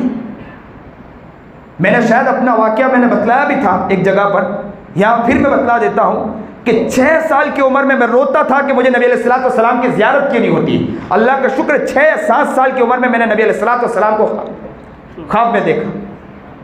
मैंने अपनी माँ से जाकर कहा कि अम्मी मैंने नबी को ख्वाब में देखा, वो मेरे पास आए तो सही। मैंने सोचा था कि मैं उनको करीब कुछ कहूँ और उनसे कहूँ कि आपका लुआब मेरे मुंह में डाल दे, लेकिन नबी अलैहिस्सलाम ने कहा मैं फिर आऊँगा, आप चल दिए। नबी से मैं बात नहीं कर पाया, मैं रोता जा रहा था, छोटा बच्चा था। माँ ने ऐसी तरबियत की थी, मैंने खूब रोते रोते अम्मी से कहा अम्मी नबी अलैहिस्सलाम की ज़ियारत तो हो गई, लेकिन मैं कुछ बात करना चाह रहा था। मेरे वालिदा ने अजीब बात कही कि हो सकता है कि सुन्नत में कुछ कमी आ रही होगी, सुन्नत को मुकम्मल कर, इंशाअल्लाह अल्लाह ताला तुझे नबी की फिर ज़ियारत करा देगा इंशाअल्लाह। तो ये बच्चे वो बच्चे होते हैं, अगर ये नियत करते हैं बहुत, ये बड़ों भी नियत करो। हम तो गुनाह ख्वाब में क्या देखते हैं? इधर उधर की चीज़ें देखते हैं, ऐसे ऐसे गुनाह करके सोते हैं कि रात को वही ख्वाब में आते हैं। अच्छे अमाल करके सो कि रात को अल्लाह के रसूल की ख्वाब में ज़ियारत हो जाए इंशाअल्लाह। ऐसे अच्छे अमाल करके सो इंशाअल्लाह। प्यारे नियत, अपनी नियत करो इंशाअल्लाह, अच्छे बनने की नियत करो इंशाअल्लाह। तो आज नियत करो कि गुनाहों से इंशाअल्लाह बचेंगे। तो हुकूकुल इबाद अल्लाह माफ़ नहीं करता, हुकूकुल इबाद अल्लाह माफ़ नहीं करता। अब बंदे का हक, आपने अभी तो नियत कर ली कि इंशाअल्लाह हम माफ़ी मांगते हैं कि आप गुनाह नहीं करेंगे और किसी को तकलीफ नहीं पहुंचाएंगे, नियत तो आपने कर ली ना। लेकिन अब पिछला जो गुनाह है उसको कौन माफ़ करवाएगा? पिछला भी तो गुनाह माफ़ करवाना है ना। अब उनसे माफ़ी कैसे मांगने जाएंगे आप लोग? हो सकता है कि बहुत से लोग आपको मालूम भी नहीं हो कि किससे माफ़ी मांगना है। तो आपको एक अच्छा तरीका बतलाता, एक अच्छा तरीका कि अल्लाह से एक दुआ करें कि अल्लाह जिसने भी हमको सताया है हम पहले सबको माफ़ करते हैं। क्या नियत करें कि अल्लाह जितने लोगों ने हमें सताया है मैं सबको माफ़ करता हूँ। फिर दुआ क्या करें? अल्लाह से ये दुआ करें कि ए अल्लाह मैंने सबको माफ़ तो कर दिया, अल्लाह अब तू उनके दिल में ये बात डाल दे कि वो हमें भी माफ़ कर दे। अल्लाह अल्लाह के लिए कोई मुश्किल है?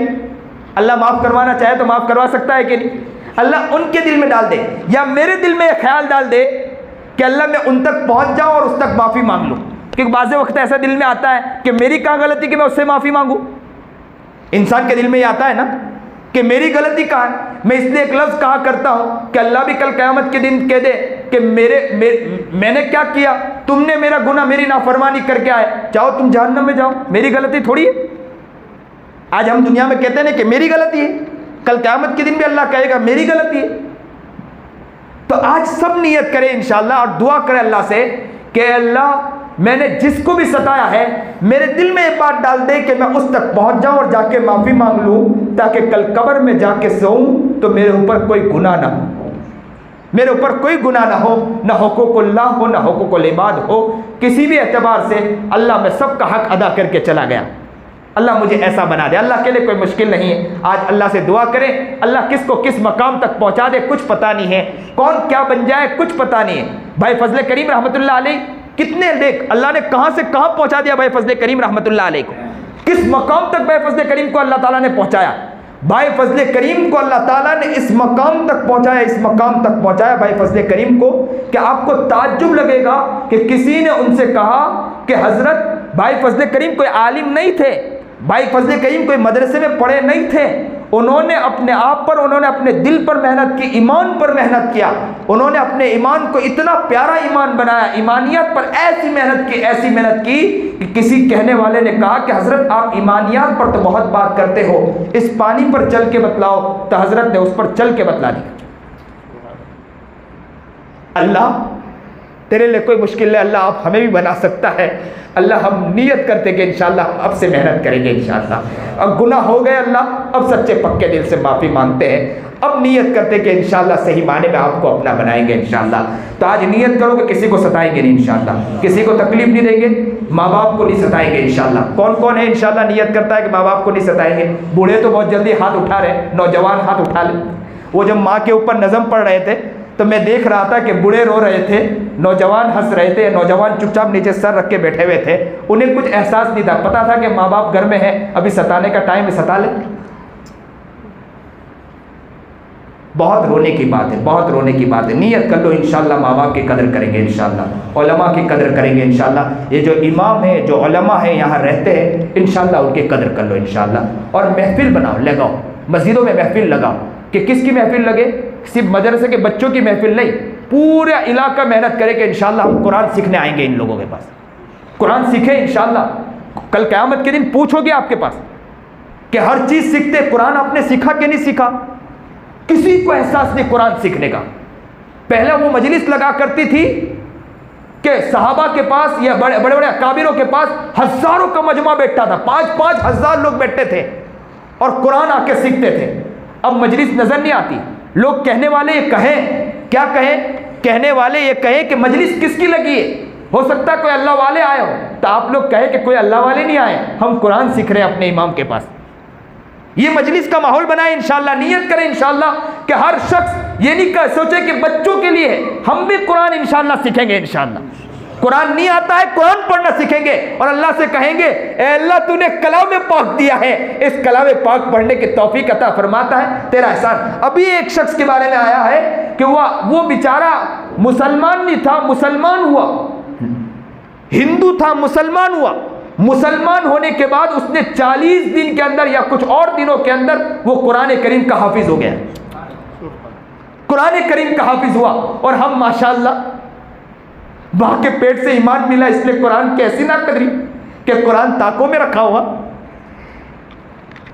हम तो अब तो कुरान को चिढ़ा के निकल जाते हैं कि तू पढ़ा रहे, मैं तो चला। है कोई मजलिस नजर आता? नियत करो कि इंशाअल्लाह इमामों के पास आएंगे। कौन नियत करता है इमामों के पास आके कुरान सीखेंगे इंशाअल्लाह? शर्माएंगे या नहीं शर्माएंगे? शर्माएंगे? नहीं शर्माएंगे। सहाबा नहीं शर्माए थे ना? सहाबा की कितनी उम्र हो चुकी थी, बड़ी बड़ी उम्रों के साथ उनके बच्चे भी बैठते थे और सहाबा भी आकर बैठते थे। अल्लाह के रसूल ने एक मरतबा सवाल पूछा तो अब्दुल्ला इब्ने उमर पीछे बैठे थे। उन्होंने सोचा कि मेरे दिल में ख्याल, उनके दिल में ख्याल आया कि मैं जवाब दूं। उमर ने क्या कहा कि बेटे जब तेरे दिल में आया था तू कह देता। बड़े बड़े सहाबा बैठते थे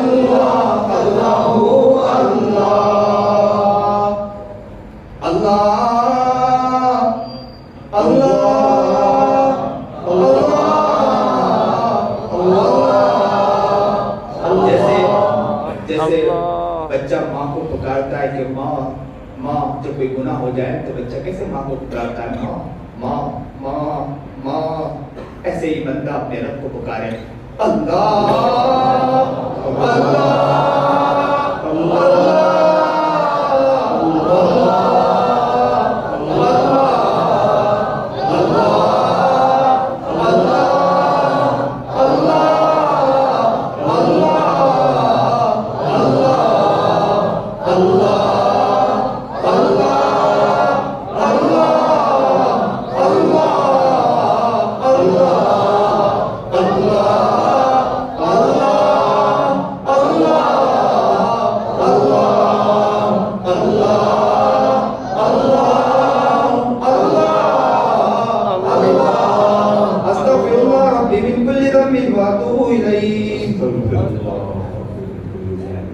अपने सर को झुका ले, अपने दिल की तरफ मुतवज्जे हो जाए। इंसान अपने दिल की तरफ जब मुतवज्जे होता है तो उसे अपने गुनाह याद आने लगते हैं। दिल की तरफ देखे कि दिल कितना गंदा है, इस दिल में कितने गुनाह हैं। इंसान तो अपने दिल की तरफ मुतवज्जे हो, देख तो सही तेरा दिल कितना गंदा हो चुका है। कटोरा गंदा हो तो उसमें तू दूध नहीं लिया है। अगर डोल गंदी हो तो उसमें तू पानी नहीं डाला करता है। तेरा दिल गंदा हो तो तेरा रब इस दिल में कैसे आएगा। ए इंसान तो इस दिल की तरफ देख। इंसान तुझे क्या हो गया, ज़रा सोच तो सही। तो इतने सारे गुनाह लेकर चल रहा, लेकिन तेरे दिल में कभी खौफ भी तारी नहीं हुआ। ए इंसान अपने दिल की तरफ मुतवज्जे हो। क्या तुझे तेरे रब के पास जाना नहीं क्या? क्या तेरा रब तुझे बुलाएगा नहीं क्या? क्या अल्लाह के पास तुझे हाजिर नहीं होना है क्या? सब लोग अल्लाह के पास हाजिर होंगे। रोते रोते हर नबी के पास जाएंगे कि कोई है। कल क़यामत के दिन सब जाकर कहेंगे कि हमारा कोई पुरसाने हाल नहीं है, नफ्सी नफ्सी नफ्सी नफ्सी नफ्सी नफ्सी सब कहेंगे, लेकिन कोई पूछने वाला ना होगा। सब कहेंगे आगे बढ़ जाओ, आगे बढ़ जाओ। वो सारे उम्मती, सारे लोग मेरे मोहम्मद अरबी जनाब सरकार तो आलम सल्लल्लाहु अलैहि वसल्लम की खिदमत में आएंगे और जाकर कहेंगे, अल्लाह के रसूल हाल बुरा हो चुका है, हाल बुरा हो चुका है। मेरा मोहम्मद तड़प जाएगा, सजदे में गिर जाएगा और रोता रहेगा, उम्मती उम्मती करता रहेगा। इतना रोएगा कि अल्लाह को भी रश्क आएगा। कहेगा, मोहम्मद सर उठा, मांग, क्या मांगता है। मोहम्मद अपनी फातिमा के लिए नहीं मांगेगा, मोहम्मद अपनी बेटी के लिए नहीं मांगेगा, अपने खानदान के लिए नहीं मांगेगा। हम जैसे नाकारा उम्मती के लिए मांगेगा, हम जैसे बदबख्त उम्मती के लिए कहेगा, या अल्लाह उम्मती, या अल्लाह उम्मती। हम कहाँ जा रहे, किस तरफ जा रहे? ए उम्मती, ए इंसान, अपने दिल की तरफ देख तो सही कि तेरा दिल कितना गंदा हो चुका। क्या तुझे तेरे रब के सामने जवाब नहीं देना है क्या? क्या तेरे रब के पास मुंह नहीं दिखाना है क्या? ए इंसान, ज़रा अपने दिल की तरफ देख।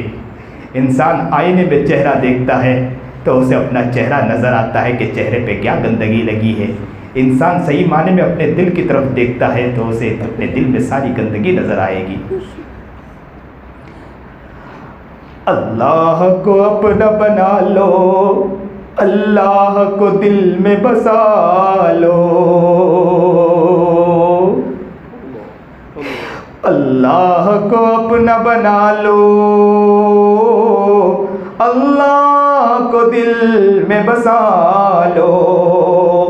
ये जिंदगी एक मोहलत है, रूठे हुए रब को मना लो। हकीकी माने में ये ज़िंदगी एक मोहलत है, कब चले जाए कुछ पता नहीं। हर जनाजा उठा रहे हम कंधे के ऊपर और जनाजा जा रहा है, वो जनाजा हमें पुकार कर कह रहा है कि तुम तो मुझे कंधे पर ले जा रहा है, कल तुम्हें भी मेरे पीछे आना है।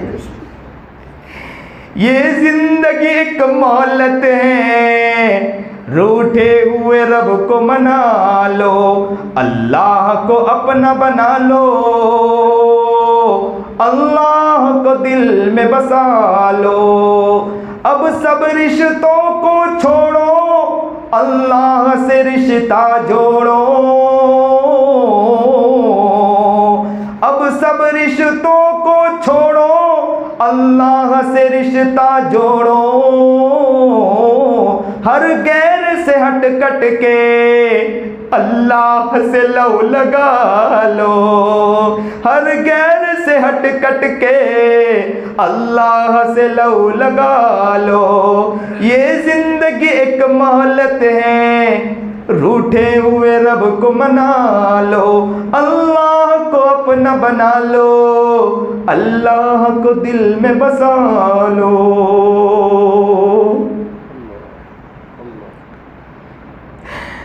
अल्लाह अल्लाह अल्लाह अल्लाह अल्लाह अल्लाह।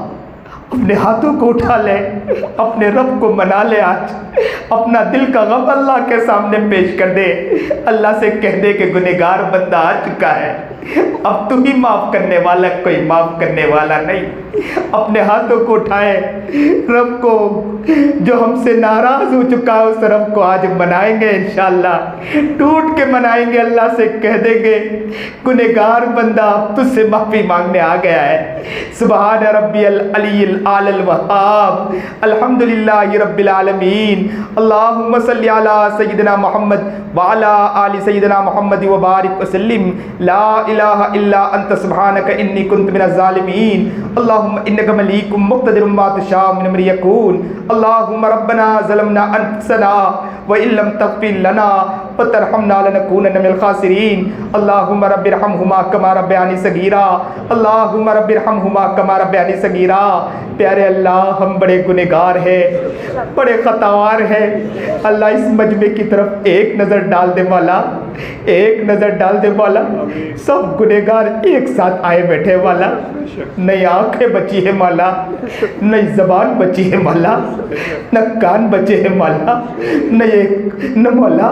मौला जबान का हाल तो ये है मौला, इतने गुनाह के ख्याल आता है कि अगर कल क़यामत के दिन आपके पास आ जाए ना मौला, तो आप इस जबान को खींच के हमारी गर्दन में बांध देंगे मौला।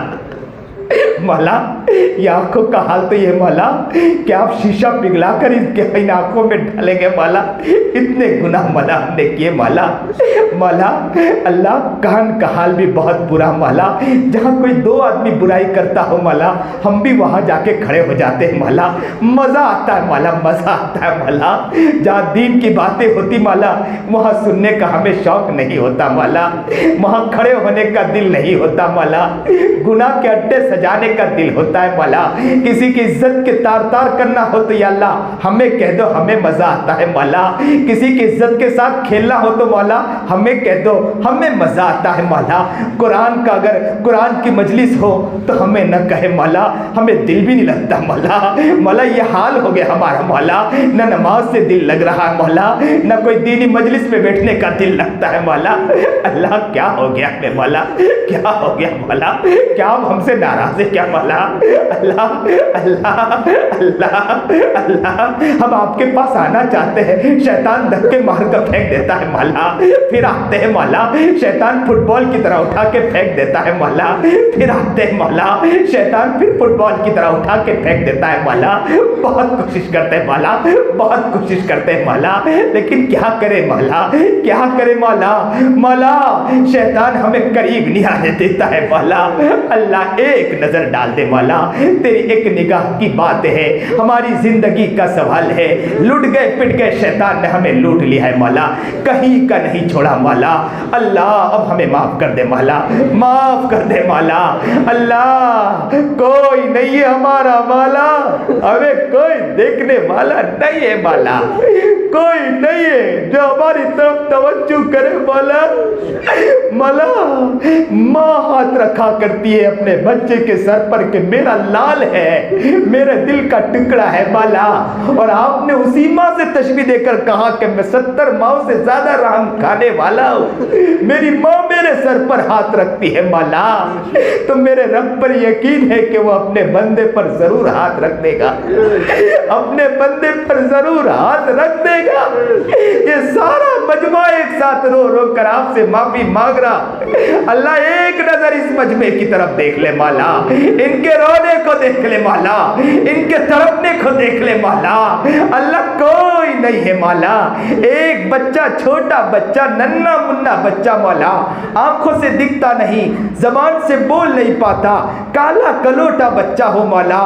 या अल्लाह अगर किसी कीचड़ में जाकर गिर जाए, काले अल्लाह कीचड़ में गिर गया वो बच्चा मौला, काला कलोटा बच्चा था, कीचड़ में नाले में जाके गिर गया। माँ शादी के अंदर जाने के लिए अच्छे अच्छे कपड़े पहन रखी थी, वो जा रही थी, जब बच्चे की रोने की आवाज़ देखी, कोई उठाने के लिए उसे तैयार नहीं था। माँ दौड़ कर गई, उस बच्चे को अपने सीने से लगाया, अपने कपड़े की भी परवाह नहीं की और कहा, ओ मेरा बेटा, और दिल का टुकड़ा, तुझे कुछ हुआ तो नहीं? और अपना होंठ पर लाली लगाई हुई थी उस बच्चे के गाल पे रख दिया कि जो बच्चा नाले में गिरने की वजह से पूरा गंदा हो चुका था, नापाकी लग चुकी थी, लेकिन उस माँ ने अपने होंठ की भी परवाह नहीं की, उस होंठ को उसके गाल पे रखकर चूमने और चाटने लगी और कहा, ओ मेरा दिल का टुकड़ा, ओ मेरे दिल का मेरा दिल का टुकड़ा, ओ मेरा लाल, मेरा कलेजा, तुझे कुछ हुआ तो नहीं? मौला मौला, उस माँ ने उसे नहलाया, उस माँ ने उसे धुलाया, उस माँ ने उसके आंखों में सुरमा लगाया, उस माँ ने उसे पाउडर लगाया और उसे तैयार करके बाहर लाई तो लोग उसे उठाने के लिए तैयार हो गए। पहले ये हाल था कि नाले में गिरा हुआ था, कोई उठाने के लिए तैयार नहीं था, एक माँ थी जो आगे बढ़ी। मौला या अल्लाह, अल्लाह हम भी नाले में गिर चुके हैं मौला, हम भी नाले में गिर गए मौला। मौला कोई उठाने वाला नहीं है मौला, कोई उठाने वाला नहीं है मौला। हाँ, हमने सुना आप 70 माओं से ज़्यादा रहम खाने वाले हैं। माँ जब दौड़कर उस बच्चे की तरफ दौड़ी है मौला, आप भी दौड़कर आ गए होंगे मौला। आप ये कह रहे होंगे कि पारखेत की मस्जिद में मैं आ गया हो, आ जाओ, मैं तुमको माफ करने आया हूँ। अल्लाह अल्लाह हमें उठा ले मौला, हमें उठा ले नाले के अंदर से मौला, गंदगियों से उठा ले मौला। गुनाह कर करके हमारा जिस्म का कोई हिस्सा बचा नहीं है मौला, कोई हिस्सा नहीं बचा है मौला। ये आंखें नापाक कर रखी है मौला, ये कान गंदे कर दिए है मौला, ये जबान गंदी कर दी है मौला। अपने दामन को फैलाते मौला आपके साथ कोई नहीं हमारा मौला, कोई नहीं है मौला। इस झोली को भर दे मौला, इस झोली को भर दे मौला, हम सबको माफ कर दे मौला, हम सबको माफ कर दे मौला। इस मजमे में जो बैठा है चुन चुन के अल्लाह सबको कबूल कर ले मौला, उनके गुनाहों को माफ कर दे मौला। अल्लाह किसी को जाए न जाने देना मौला। ये अल्लाह ये तो आपकी मोहब्बत में आके बैठे मौला, दीन की बातें सुनने के शौक में बैठे मौला। इन्हें क्या चाहिए था मौला? ये घर में जाके अय्याशी कर सकते थे मौला, ये चौराहे पे बैठकर अय्याशी कर सकते थे मौला, लेकिन इनके दिल में ख्याल आया कि आज दीनी मजलिस है, मेरे रब की बात होने वाली है। अल्लाह अल्लाह तेरी मोहब्बत में आया ये मजमा तेरी मोहब्बत में आया। अल्लाह इस मजमे में कोई नेक बंदा भी तो होगा मौला, इस मजमे में कोई वो भी तो होगा जिसकी माँ दुनिया में नहीं होगी मौला। माँ माँ हुआ करती है, माँ का दिल हुआ करता है मौला। माँ के बारे में क्या बतलाए मौला? मैं एक मरतबा बच्चों को नसीहत कर रहा था और कह रहा था कि बेटे माँ की कदर करना। एक कोने में बैठकर एक बच्चा ज़ारो कतार रो रहा था। मैंने कहा कि माँ की कदर, माँ के ऊपर पूरी फजीलत सुना रहा था। वो बच्चा ज़ारो कतार रो रहा था। मैंने उस बच्चे को करीब बुला के पूछा, बेटे क्यों रो रहे हो? उस बच्चे ने कहा, मौलाना मेरी माँ नहीं है, मेरी माँ नहीं है। मैंने कहा कि माँ नहीं है तो उसके लिए दुआ कर। तो कहा कि मौलाना मेरी माँ होती तो मैं उसके पैरों के धोकर उसको पी लेता। मौला मौला मौला मौला बास बच्चे हमने मदरसे में वो भी देखे मौला, जो मौला सब बच्चे घर जाया करते मौला, वो बच्चे बेचारे अकेले होते, जब घर जाने का वक्त होता है तो वो रोते हैं। हम उन्हें पूछते क्यों रो रहे हैं, तो कहते हैं कि सब बच्चे घर जाके अपनी माँ से मुलाकात करेंगे। मैं घर जाऊंगा तो मेरे घर पर मुझे मेरी माँ नजर नहीं आएगी, मुझे मेरे घर पर माँ नजर नहीं आएगी। आज माँ है तो हम धक्के मारते मौला, आज माँ है तो हम तमाचे लगाते हैं मौला, कि वो माँ ये कहने पर मजबूर हो जाती जाती है कि काश के इससे अच्छा मैं किसी पत्थर को जन देती तो बहुत अच्छा होता। मैंने कैसे बेटे को जना है। अल्लाह, ओ मेरा रब, ओ मेरा रब, मेरी माँ खुशकी पर सो नहीं पाई, वो तरी में सो गई, मुझे खुशकी में सुला दिया। ओ मेरा रब, मेरी माँ ने मेरा ख्याल बहुत किया। मैं जब मदरसे से घर आता था तो मेरी माँ बास चीजें रख दिया करती थी। पूछता था तो माँ कहती थी कि बेटा लुकमा अपने मुंह तक ले गई। बेटे का ख्याल आया तो लुकमा उठा के रख दिया कि मेरा बेटा आएगा। मौला, माँ की इज्जत की धज्जियां उड़ाते मौला, बाप की इज्जत की धज्जियां उड़ाते मौला। जिस बाप के हाथों में छाले आ गए मौला, वो बाप बेचारा कभी कभी ऐसा होता कि हम रुपये मांगते कि स्कूलों में फीस भरना है तो बेचारा कभी कभी अपने अपने वहां पर जाता है और जाकर कहता है, वो दुकान वालों से कहता है, किसी दोस्तों से कहता है कि मुझे मेरे रुपये दो या मुझे रकमें दो, तो वो उसे धक्के मार के निकालता है कि अभी मांगने आए हो। वो बाला उसके हाथ की झुर्रियां आ जाती है मौला, आंखों में आंसू आ जाते हैं मौला। बास बाप को भी देखा कि घर में खिला नहीं पाते मौला, तो कभी कभी रात को देर से आते हैं और माँ औरत से कहते हैं कि बच्चियों को थपकी देकर सुला दो।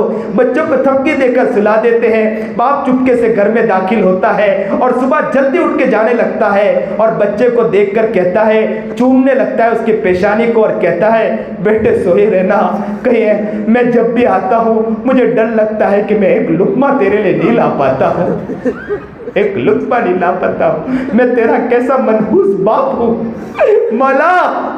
बाप की इज्जत की धज्जियां हम उड़ाते हैं। कल क़यामत के दिन बहुत खतरनाक अजाब है मौला। अल्लाह हमें हिफाजत फरमा ले मौला। माँ बाप के कदर करने की तौफीक अता फरमा मौला। गुनाहों से बचने की तौफीक अता फरमा मौला। उलमा की कदर करने की तौफीक अता फरमा मौला। दीनी समझ अता फरमा, दीनी शौक अता फरमा, दीनी जज्बा अता फरमा। कुरान का आशिक बना मौला, कुरान का दीवाना बना मौला। अल्लाह सहाबा कुरान ऐसा पढ़ा करते थे मौला कि कुरान खोलते थे और इतना रोते थे, इतना रोते थे और कहते थे कि मैं कुरान कैसे पढ़ पाऊंगा, ये मेरे रब का कलाम है, अल्लाह ने मुझे तौफीक दी है।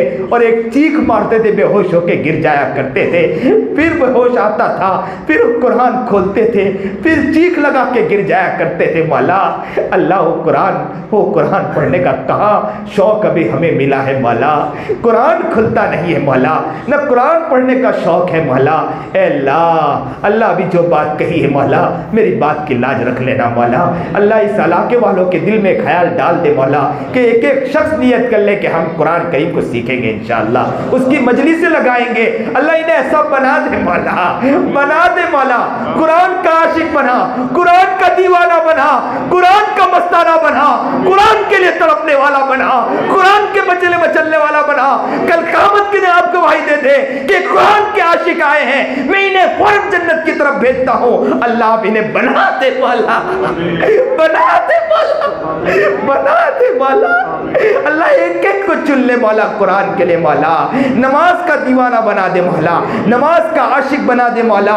ऐसे नमाज पढ़ने की हमें तौफीक अता फरमा मौला।